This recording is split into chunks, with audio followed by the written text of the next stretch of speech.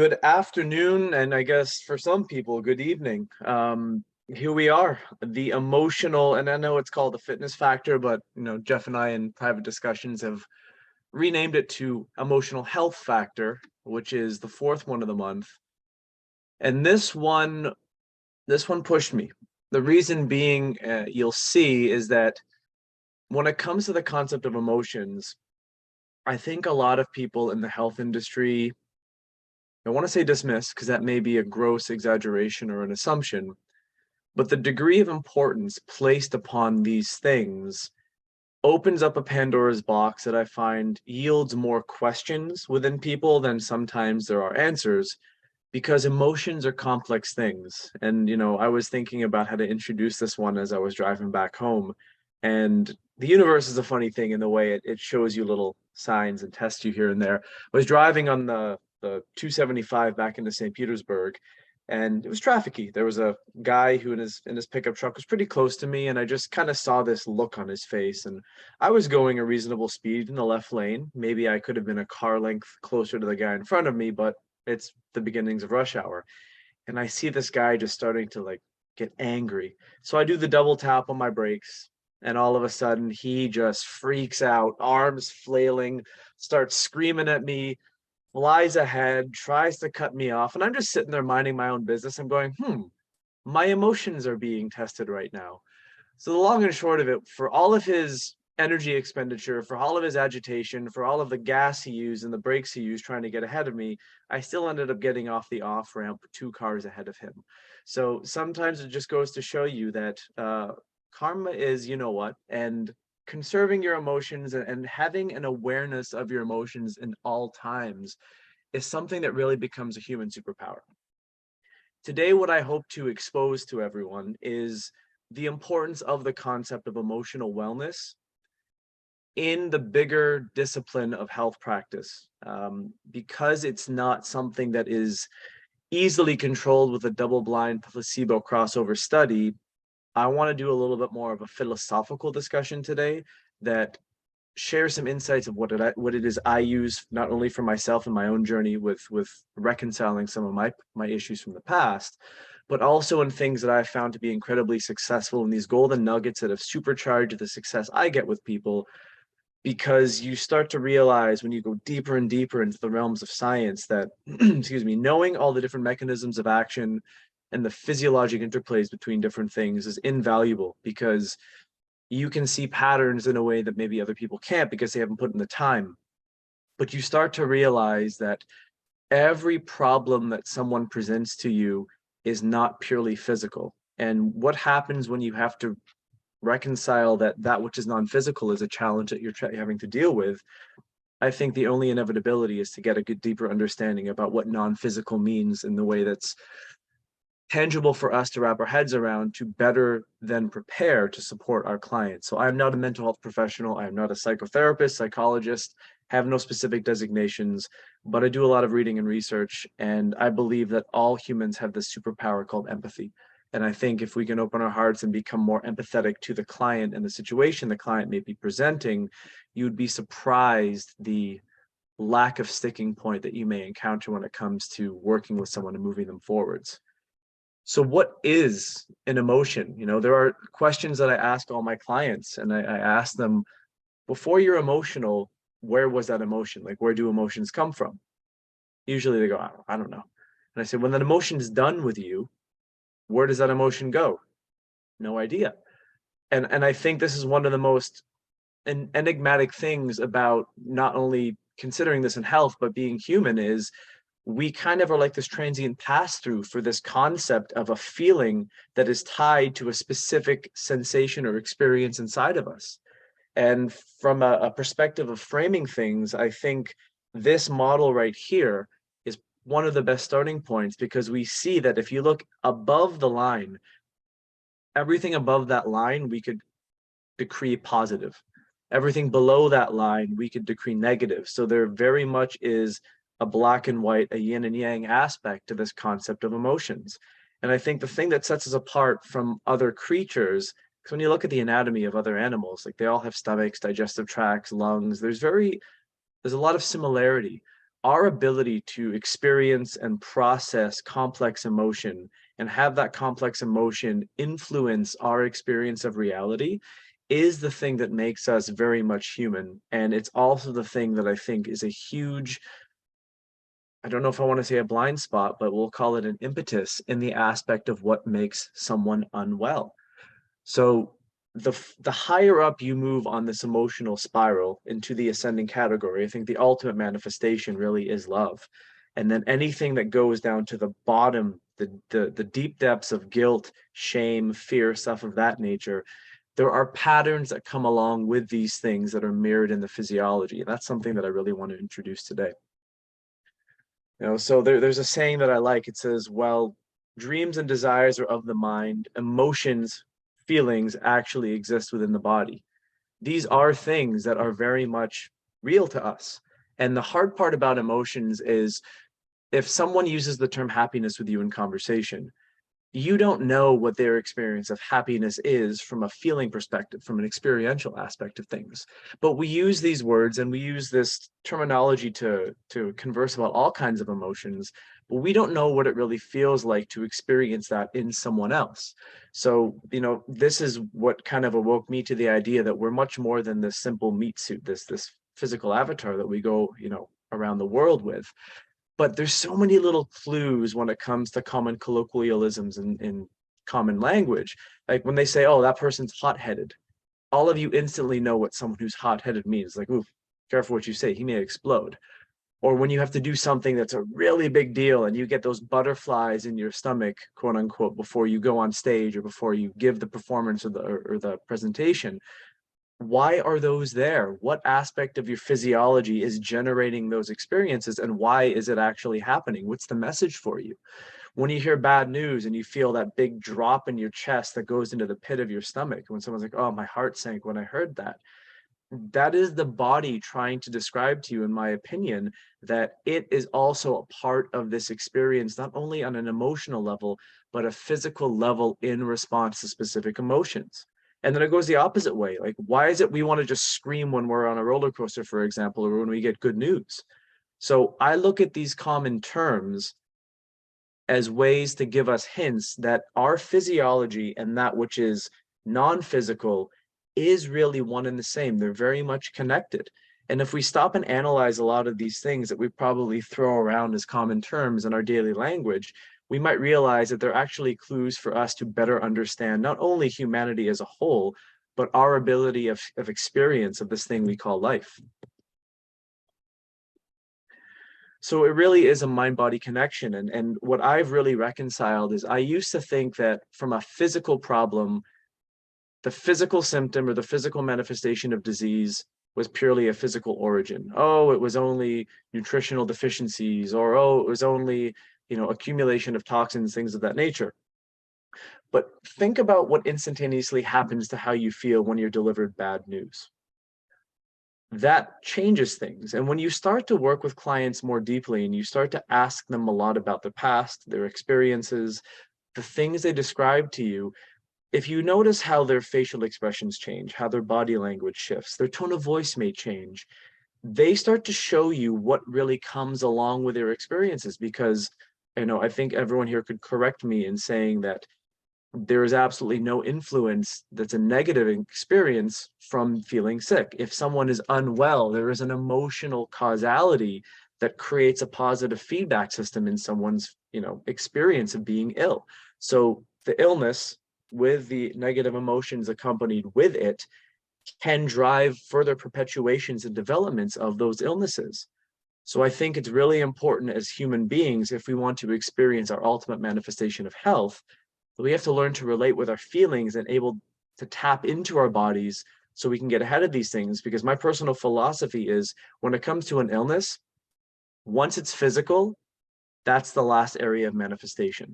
It's almost like there's been something brewing under the surface, and it has been something that if we had an awareness of connecting into ourselves, might be something that catches our ability to go, oh, I'm being told something here. But humans, unfortunately, are really good at ignoring things. So at some point, the body needs to scream as loud as it can. So you have no choice but to listen to it. but that scream is in the form of some aspect of compromised physiology, compromised physiologic function, the development of something, so on and so forth. And I really like this model because if we bias things to a positive outcome, a positive effect in your life instantaneously has a positive feedback on negative stress. So positive effect brings down negative stress levels, which basically increases the concept of healthy behaviors and downregulates the what's called physiological activation of psychological factors. Because a lot of people don't know this. When you start to experience negative emotions, you can epigenetically express genes differently just based upon the moment of experiencing something that activates a high amount of fear or grief or negativity in any way, shape, or form. So if we can use this as a tool to help our clients understand that things like frame of mind, relationship with emotions, the common experience of emotions is going to play a part in generating the momentum to either ward off the development of disease or to help someone remedy an existing disease, I think that's an incredible power, because guess what? It doesn't cost anything. It's not an additional supplement. It's part of what I think the concert of this entire thing we call health really is. Because this is the person to me. When I work with someone, I always start with a physical body, because most people aren't ready for deep emotional work, nor are they ready to take on what encompasses the fortitude and the courage to take on deep emotional work until their body feels better. I think when someone is absolutely out of energy and you tell someone that they have to start reliving things of the past or that they have to make peace with unresolved issues, if you don't have the physical energy for it, how are you going to have the emotional and mental energy? So the way I look at it is, if you increase the overall vitality of the body, that body doesn't have the ability to stay in such a low state, and those negative low vibration emotions are going to be forced out because the body ultimately is vibrating higher. You know, if you look at physics, we are actually oscillating frequency fields with voids of space. So we are vibration by virtue of that, and an emotion actually fits into that model, because we can have a physiologic thing and we can have a psychologic thing, and you can have a combination between those two things. It's called a psychosomatic defect. I think one of the most interesting examinations of this is when looking at military personnel who have suffered catastrophic injuries when they're deployed. Let's say they lose half of their arm because an IED went off. They can experience physical pain where there is no limb remaining, and it's called phantom limb syndrome. And one of the strategies or the ways to reconcile this is they actually have to look at themselves in the mirror with someone standing behind them so they can see the arm in the mirror that used to be there, and their brain can understand that it's able to let go of that pain because the body holds a memory of such things. So what's wonderful about this four-pronged model is when you increase the physical vitality, generally speaking, people have better frames of mind. When people have a better frame of mind, generally speaking, they immerse themselves in higher ascending emotions more so, and it allows them to develop what I would think is a greater spiritual connection to whatever it is they believe, because we all are part of something greater than us. So this concept of mind-body medicine, which ironically is how it was always practiced until, the Western adaptation of what we do now, I believe is coming to a little bit of a resurgence, because it's an absolute necessity if you want to get someone truly well, in my personal opinion. What happens in Western medicine is we do this Western medicine segmentation. So we have our materialists. What are these people? These are the organ and tissue specialists. So you have your nephrologist for the kidneys, you have your gastroenterologists for the gut, you have your immunologists, you have your endocrinologists, and they are incredibly well-intended people who are also very bright, who are following the patterns of a system that was never meant to be totally integrative. An example is a gastroenterologist and an immunologist have a ton of crossover if you believe any of the things we've been talking about regarding the gut and the immune system, the microbiome, and inflammation. Do you think in the Western model that it is encouraged for the gastroenterologist to share notes with the immunologist? Do you think either of them know that they may share a common patient? Likely not, because this separatist aspect divorces us from having the wisdom to understand the interconnected nature of the body. It's one integrated system. And if we take that to a deeper level, if we have our material specialists, then we have our non-material specialists, which we call mental health specialists. These are the psychiatrists, the psychologists, the psychotherapists, even the social workers. Again, very intelligent, very skilled people. But do you believe that a psychologist or a psychotherapist might say to your client, well, I wonder if your anxiety might be connected to the health of your digestive system? Most people would laugh at that notion, not because it's unbelievable, but because they've never had reason to think about this in a greater degree of lack of skepticism, and they aren't necessarily being paid to be made aware that a certain kind of microbiome phenotype can predispose someone to anxiety, in addition to how their nervous system is being regulated by their enteric nervous system. So it's this segmentation that is slowing this whole thing down. And I believe the new wave of health professional totally has to integrate, because the idea of this has been upheld for 2,500 years in traditional cultures and practices, and it's only finally hitting the Western world again via the ability to look through this via a scientific lens, which I think has an incredible benefit, because we have the ability in some cases to block out the noise of what may be confirmation bias, because that can be a very strong deterrent for actual progress in science.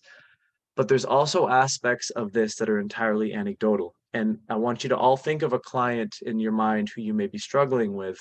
Think of the emotional motifs that that client has in their lives.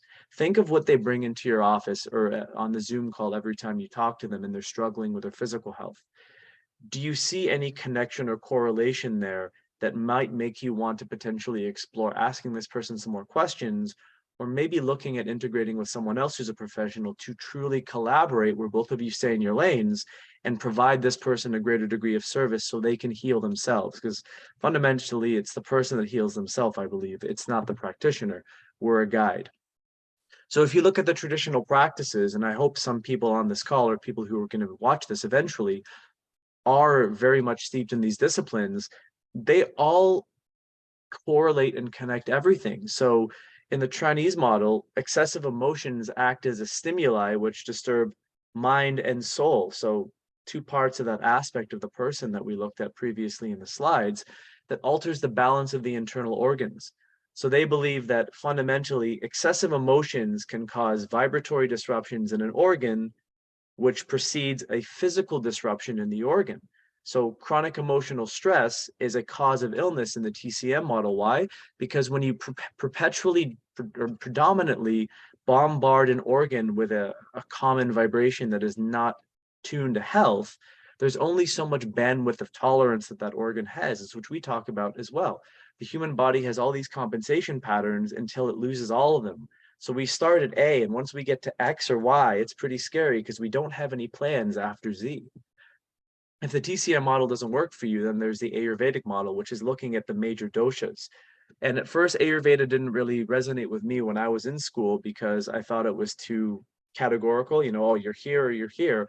But it really is about the flow between the spectrum. So from an Ayurvedic model, the perspective of emotionally ill health is caused by a lack of coordination by an individual's senses, emotions, and thoughts. So right there, we're looking at ill health being stimulated by the interplay between thoughts, emotions, and actions. So if someone is unable to regulate those things, what chance does their body have to really, resolve the issue and find its way back to health?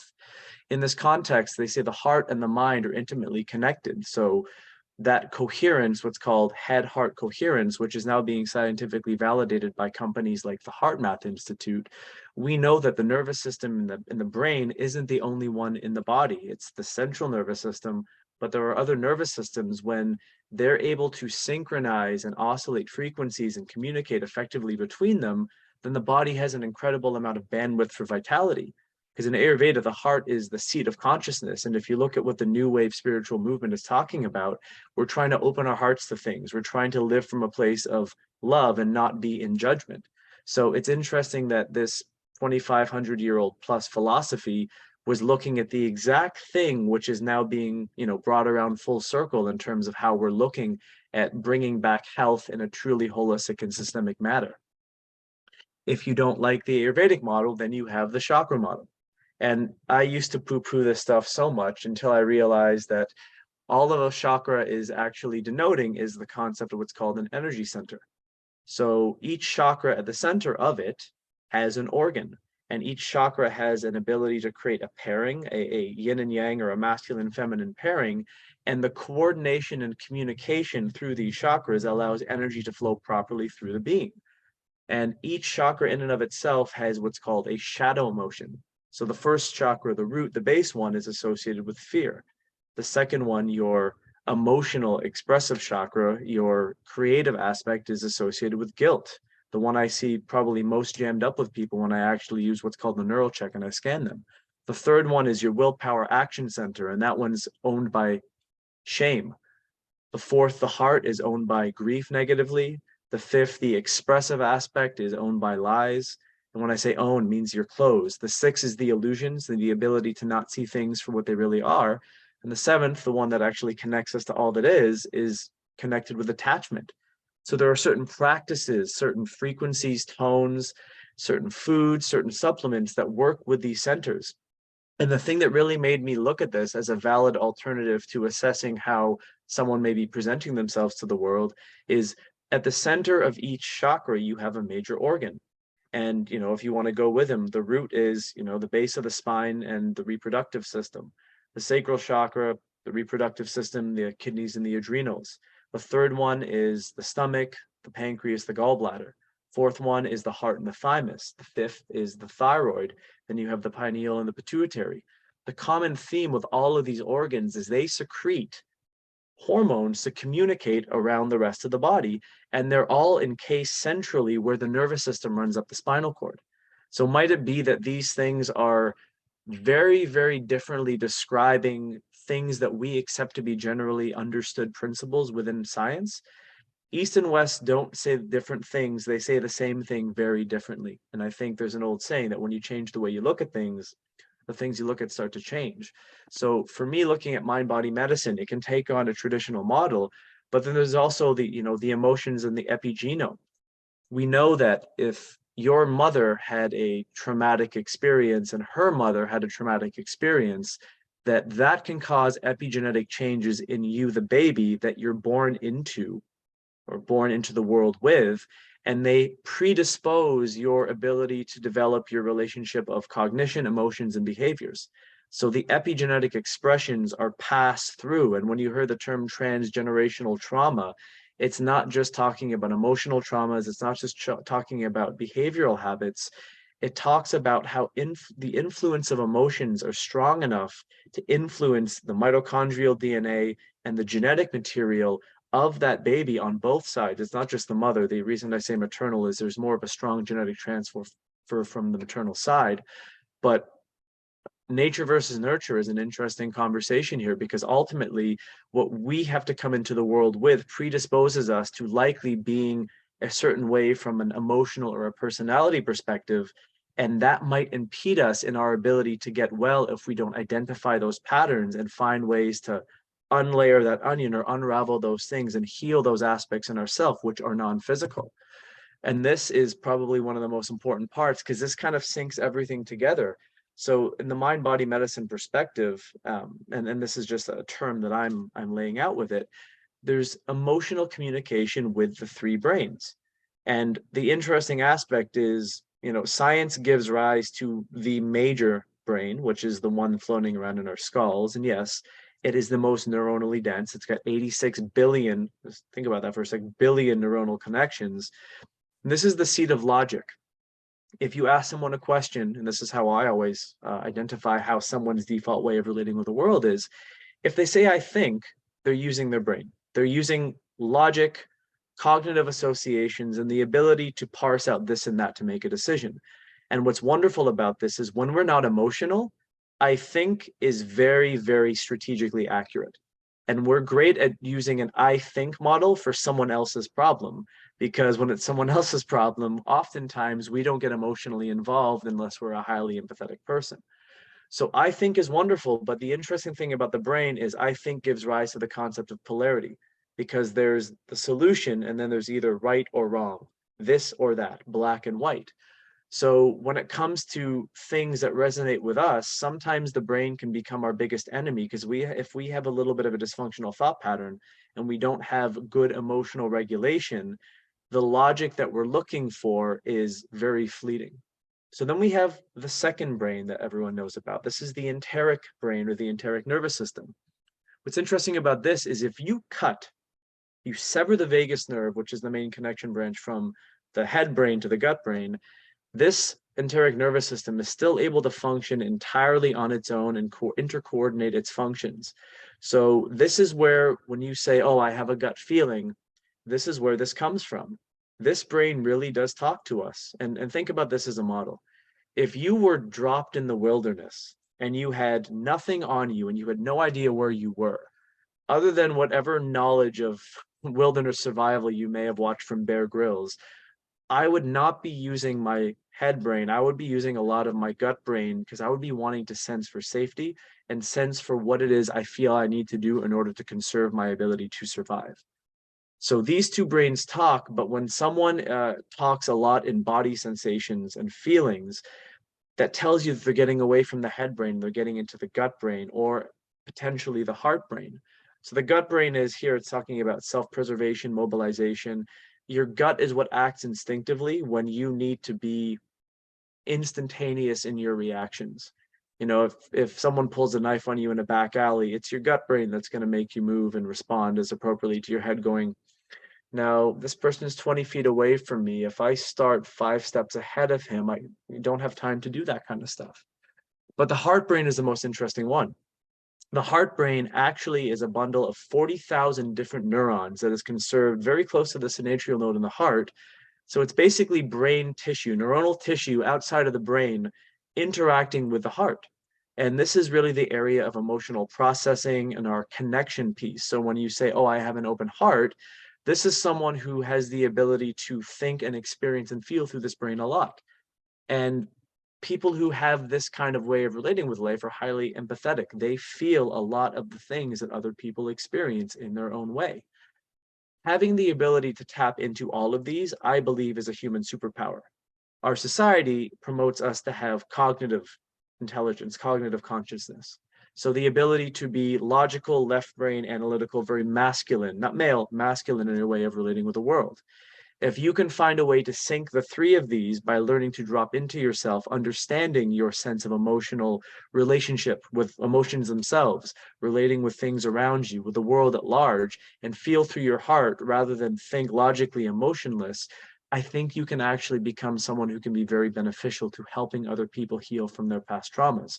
So my perspective is only when these three find coherence can we find true health, because you remember, nervous systems are about communication. Self-communication and is the key to self-regulation, and self-identity is knowing that all of these three things are operating in synchronicity.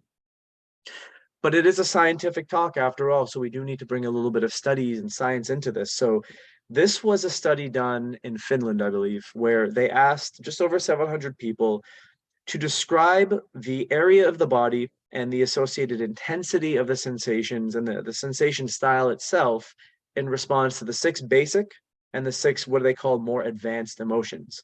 And these weren't just Finnish people, so this is not, the Scandinavian hardiness of surviving the cold. They brought people from Indonesia. So the polar opposite aspect of not only culture in some ways, but also environmental and geographical life. And the commonality was no matter who they asked, the emotions were felt very similarly. And the color map is the most intense is yellow. The absolute most, the least intense would be blue, or black and blue. So if you take a moment to look at these things, look at where a lot of emotions are felt, and just, for a moment, sit with how you process your own emotions. And the one thing that's really interesting is the most powerful and negative emotions and the most powerful positive emotions are felt in some of the same areas. Like happiness and love are the two most powerful positive emotions, and anger, pride, and anxiety are the two most powerful negative emotions, because they're the ones that drive us to action very quickly. I want you to bring your attention to sadness or depression. If you've ever worked with a depressed person, or if you've known a depressed person very closely, if you look into their eyes, it almost looks like all the life is gone from them. Look at the depressed person. They're a shell. there's no vitality inside of them. At least when someone's anxious or when someone's, prideful or angry, at least they're experiencing life. I look at depression and sadness, it's like that life force and the desire and the will to live slowly dissipates away. So, all this is to say, you're not going to start asking your clients, point to the doll where you feel this emotion, but understand the implications, because where the sensation is, there is energy. Where there is energy, there's influence on the physiology and the tissue. So it's starting to become a little bit more interconnected, at least in my mind, as I'm putting these pieces together. And I think, understanding these two things, to understand our own emotional lives and those of the people around us, we do need a deep awareness. And the only way to do this is to develop mindfulness and to develop a degree of body intelligence, because most people walk around, I believe, totally divorced from being able to know how to check in with themselves. They have no or very little ability to trust what feels right for them.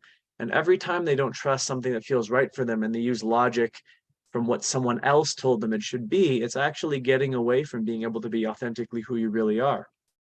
So body intelligence is really a conserved psychological method that highlights the importance of understanding and recognizing body sensations as a way to improve our health, because it's not just that we can recognize emotional sensations in our body. If we learn to tap in, we can scan ourselves and feel where our physiology doesn't quite feel right.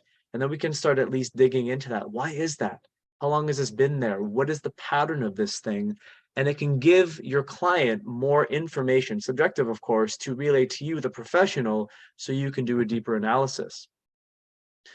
So the lost wisdom, I believe, if I take everything that I've studied, is like we are the mind-body connection, and emotions are the bridge between proof of that. So the human body is not just the physical tissue. So what the traditional cultures have treated as the way, only recently in medicine, the last 100 years, we divided church and state. We separated physical and mental. And till this day, people like Dr. Gabor Mate, who is an MD, is a physician by trade, is ridiculed by his peers for postulating that people who suffer from rheumatoid arthritis suffer from inadequacy of managing external life stresses. And this book, I think he's the guy who's probably championing this more than almost anyone right now. This book was incredible at understanding the correlation between personality type, emotional operating systems, and disease patterns, because there are patterns that are likely correlated or conserved across all spectrums of people, regardless of their background or their upbringing, when it comes to manifestation of disease. So a little bit of a history. I want to move to understanding it conceptually, because this is not only for your clients. This is for all of you, in my opinion. And there's an old saying that says, be the change that you want to see. And if we are not able to be our best in terms of our emotional well-being, our emotional health, how can we help people who are trying to do the same without being a little bit hypocritical, or at least less informed? So this was a model that was introduced to me years ago by a psychologist who I actually worked with when I was in my late teens. And he told me a basic cognitive behavioral training method that I've never lost. And he said the difference between people who have really good emotional control is they think first, that thought generates a feeling, and once they can relate with that feeling, they perform an action. So that's a way of saying we have our internal emotions in check. When people have divorced themselves from the ability to positively emotionally regulate or relate with themselves, anytime they feel something, they act instantaneously. If someone's a substance addict, they're typically indulging an action based upon a drive, a desire, a feeling that they need. And then after the fact, after the action, they think about what they did. And oftentimes it's with regret, because they're stuck in a pattern. I've realized this: when you are in a highly emotional state, you can literally kiss goodbye to logic and clear thinking. It takes an instant vacation, only to return once you've calmed down and processed your experience. So to me, it's not that the emotion is affecting us. We become the emotion. The emotion owns us, and it operates until we allow it to dissipate. Because emotions themselves are pure. They're not thoughts. They're not parallel. It's not like when you have a thought, you can go, oh, well, this is the positive outcome. This is the negative outcome. You don't experience happiness and sadness simultaneously and turn a dial to figure out what your ratio is. You experience emotion as a pure thing. And here's the hard part. What brings joy for one person may bring sorrow for another. And that's the subjective bias of our reality and our worldview that allows us to interpret one specific example differently to create a different emotional outcome. So to understand your emotions, it means that you have to understand your operating system. You cannot understand how an iPhone works without understanding what an app is. And all the apps are just operating based upon the iOS software system, and they're talking back and forth to the system to allow them to run. I look at emotions very similarly. Each of us has a certain way we're wired. We have an inclination to certain personality traits, certain emotional manifestations, and we have an avoidance or, a little bit of an aversion to others. Unless we know how we operate, we don't know how we relate with emotions. Deeper level is if you go a little bit deeper in, you'll understand that where most of your ways of relating with these things come from are based upon how you were brought up and the things you were told. Because when we're children below the age of 8, the dominant brainwave that we walk around in is a theta wave state. And if you know anything about the brain waves, they influence how our brain internalizes and processes information. So theta is a little bit more like hypnosis. If you've ever seen someone who's been hypnotized and is being told to cluck like a chicken, their brainwave states have been lulled into a dominant state and they're highly suggestible. Children don't experience the world around us as like an observer watching a movie. Children imbibe the world around us. And it's taken me a lot of internal honesty to look at where the things that powered up my perspectives of how the world should be, how I should look at things, what I think is right, what I think is wrong. Those things are given to us from our upbringing, the people that we're closest to, the people that have authority over us. And then when we take a step back, we see how we're symbolically wired and symbolically activated. So if you want to get someone emotionally charged, disagree with them on the concept of religion or politics or culture, or even tell them that their most passionate personal interest is a stupid endeavor. I guarantee you that's a shortcut way to a fight. But what you're really doing there is you're stimulating what makes that person emotional. So you're getting to understand how they're wired and what makes them tick. So the interesting thing about humans is what makes us emotional makes us fight for our beliefs. It kind of instantly turns us into martyrs. And what perpetuates that in stark disagreement with others never allows us to come closer together as a population, as a society. It creates divide. And when humans are divided, they're easily controlled, they're weak. So emotional experiences, understand this in my opinion, are always temporary or isolated events. You get a piece of good news, you get happy, and then you have that piece of news which you can experience again in your mind, but that was an instant moment in time. I look at those as emotional experiences. Emotional patterns, which is something that can be a repeat process, are more so ingrained through a thought or a memory. And these things are held dormant until they're reactivated. So think about if you've ever inadvertently triggered someone by saying the wrong thing. You say something and this person just absolutely loses it. And in your mind, you're going, what did I say? Ooh. It was never about what you said.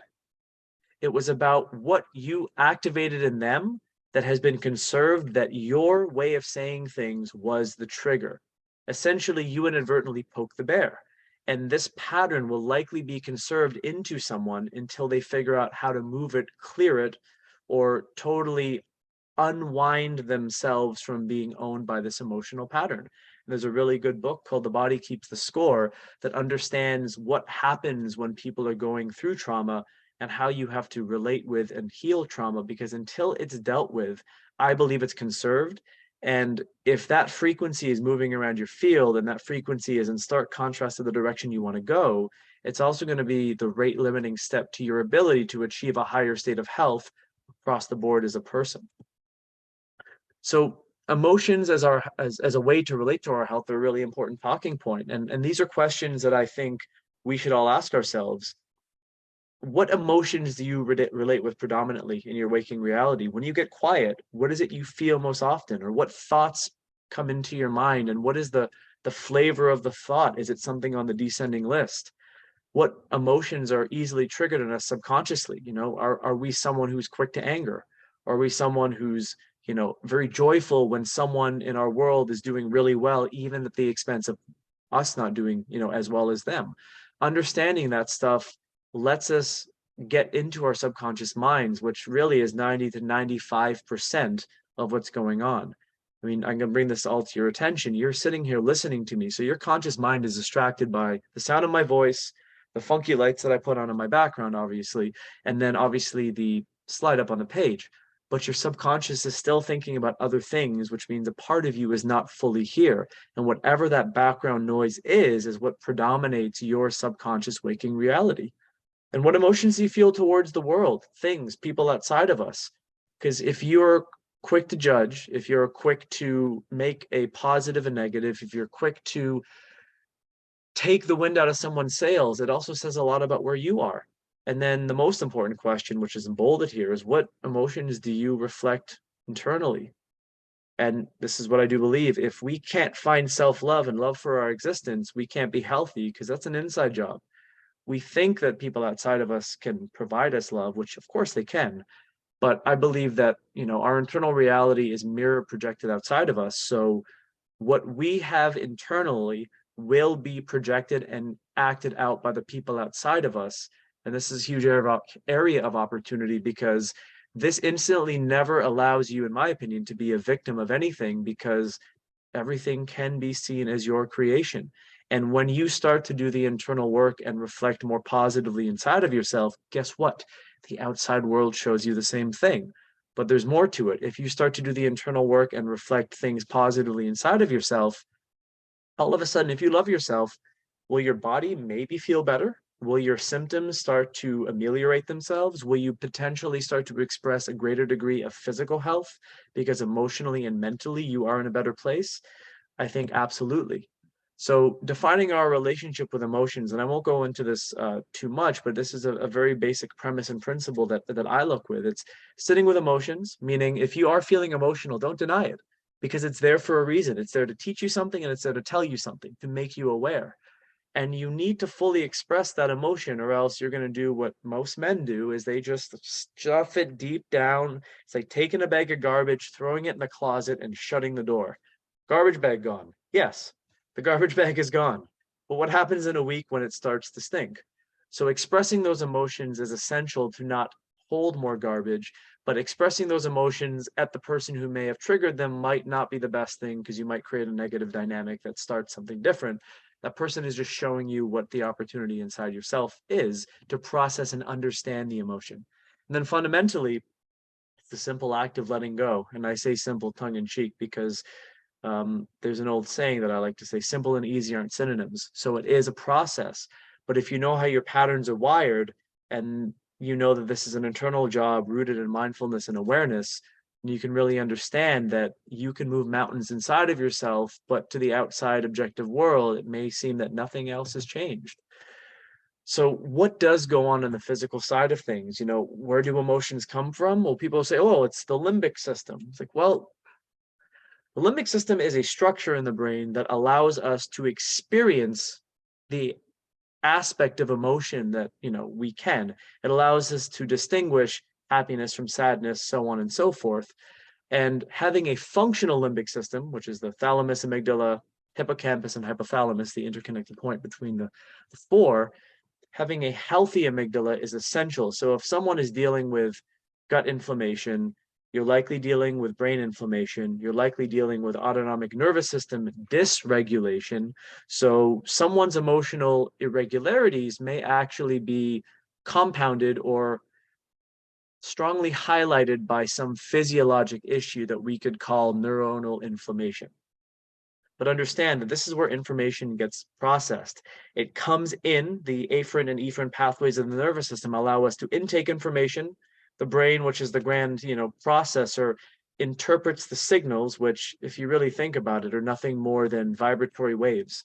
Like our ability to feel and express emotion is nothing more than electrochemical signals going up, nerve signals, down, back out nerve signals, and we express the behavior all via the firing on and off in sequence of nerves in our brain. So think about that for a second.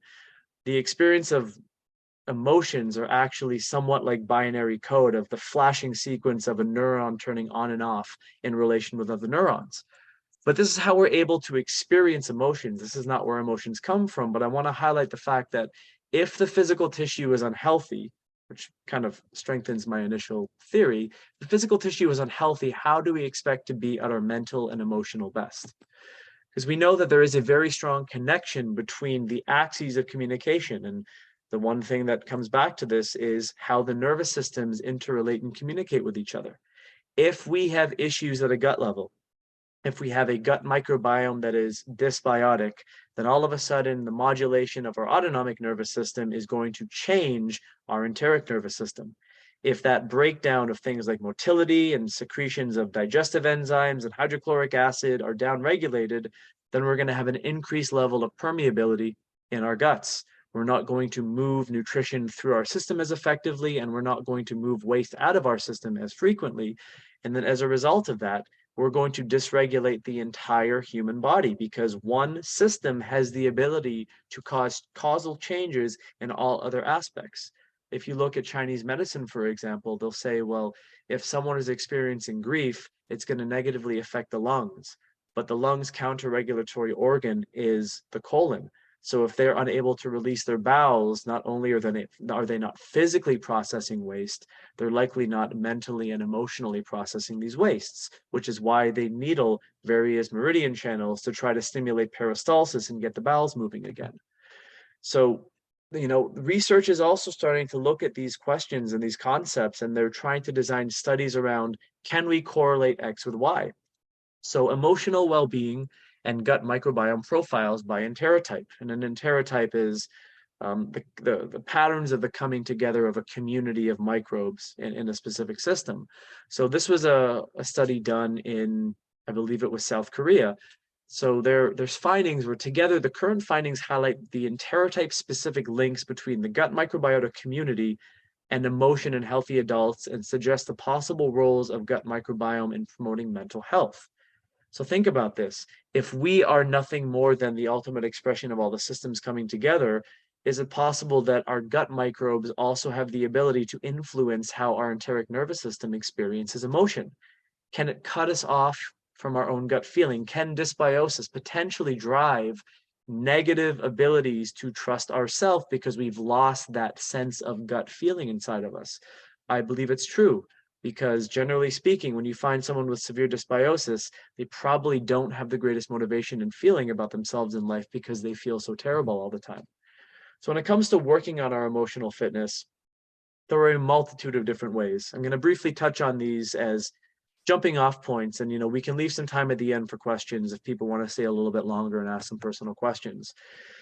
I believe this is the most important of, most interpersonal important of all journeys, is you have to understand the process of the emotions within and how you relate to them. So if you can become the observer of yourself, you soon start to realize what makes you emotional, and it gives you an opportunity to get on top of those emotions, so you break the cycle of what may be causing distress, disharmony in your life. Understanding all emotions are temporary, and it's essential to honor them, to feel them, but hopefully not to hold them, because they will teach you so much about yourself. We live in a world where IQ is highly prioritized and prized, but other parts of the world where EQ is more of a default operating system, I think has an incredible amount of benefit, because if you compare the analytical mind with emotional intelligence, you become an incredibly powerful person to help yourself. And once you've helped yourself, you can help others. So you want to enhance your connection to your inner world, be able to understand your own patterns, tap into yourself. And these show you what I call your shadows. It stops you from this yo-yo of getting stuck in these cycles of where it's like, oh my God, I'm regretting my behavior. Okay, I understood what I did. Then you fall into it again. You go, oh, I'm regretting my behavior. That's the up and down cycle. And the problem with those is eventually you lose steam. You lose the ability to keep persisting, because every failure, it's a chance to reflect negatively inwardly. So if you understand yourself from the observer concept, it lets you know that doing the shadow work inside of you only yields positive things, because although shining a light on some dark stuff can be painful momentarily, it always leads to a prosperous end goal. And when it comes to the different options and opportunities, any of these things on this list can be an essential piece of the puzzle at a certain moment in time. What I mean by that is there are times where clinical therapy and Cognitive behavioral training may be the thing that someone needs, but other times it may be something like mindfulness, meditation, and prayer. But if someone has a hard time sitting still, maybe they need to pair it with movement, because moving the body helps them relate with the breath, which helps them move things out. So on the low intensity side, you have things like yoga, qigong, tai chi, or you can just go to the gym as a way of, initial coping while you're figuring out how you want to approach these things. Acupuncture, breath work, even psychedelic therapy. Ketamine infusions are being done in doctors' offices. Psilocybin is starting to become legalized in specific areas. So understanding that these are tools that can help us reframe conserved emotional patterns. And when the ego, which is what psychedelic therapy can influence, when the ego is potentially slightly blocked or dissuaded from being in control, it gives you the opportunity to look at a perspective with a different set of eyes so you can elicit a different emotional response. There's lots of technology that I've used very frequently in my practice, something like BrainTap, which we just talked with Dr. Patrick Porter. Tracking heart rate variability is wonderful because the nervous system never lies. There's a tool called Neural Check that clips to your wrist that allows you to plot a lot of information as it relates to how the heart is regulating each individual beat. And then using things like sound therapy, be it crystal bowls, specific frequencies can be tuned to certain aspects of the body.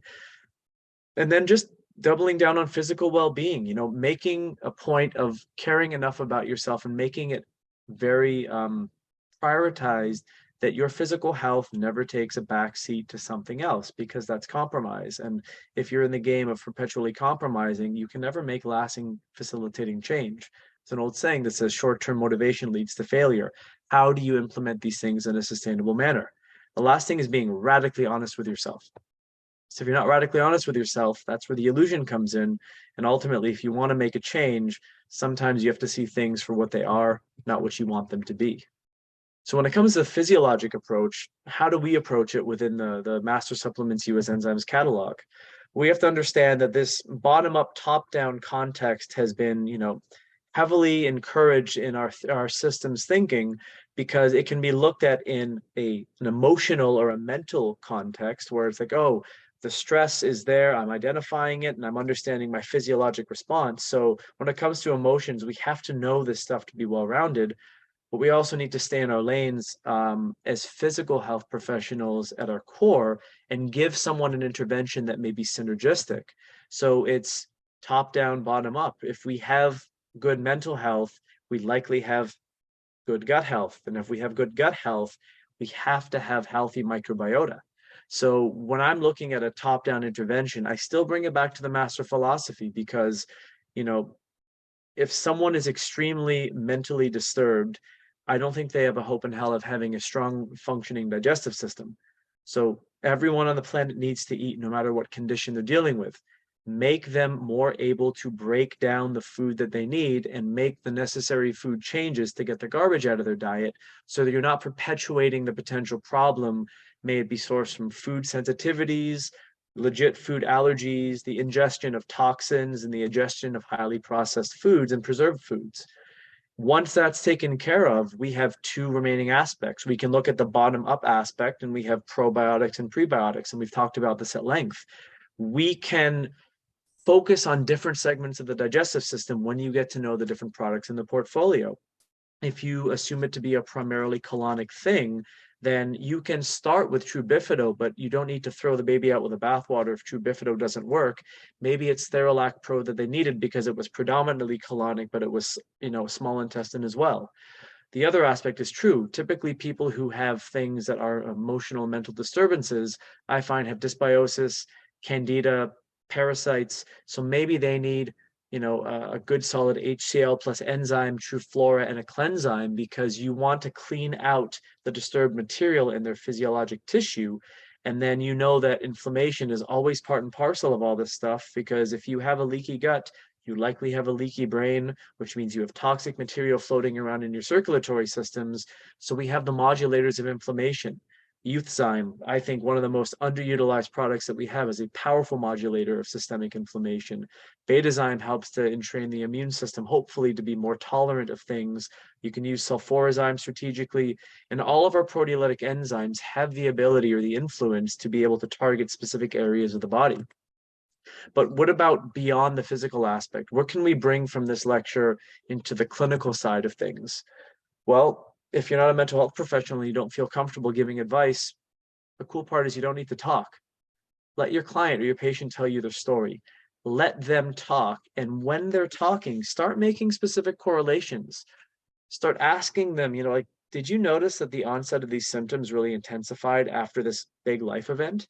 See if they can start giving you some more information that maybe you weren't able to get in your screening process, or your screening process didn't necessarily have enough insight into this to ask specific questions. Has the client ever seen patterns between their emotions and what their body does?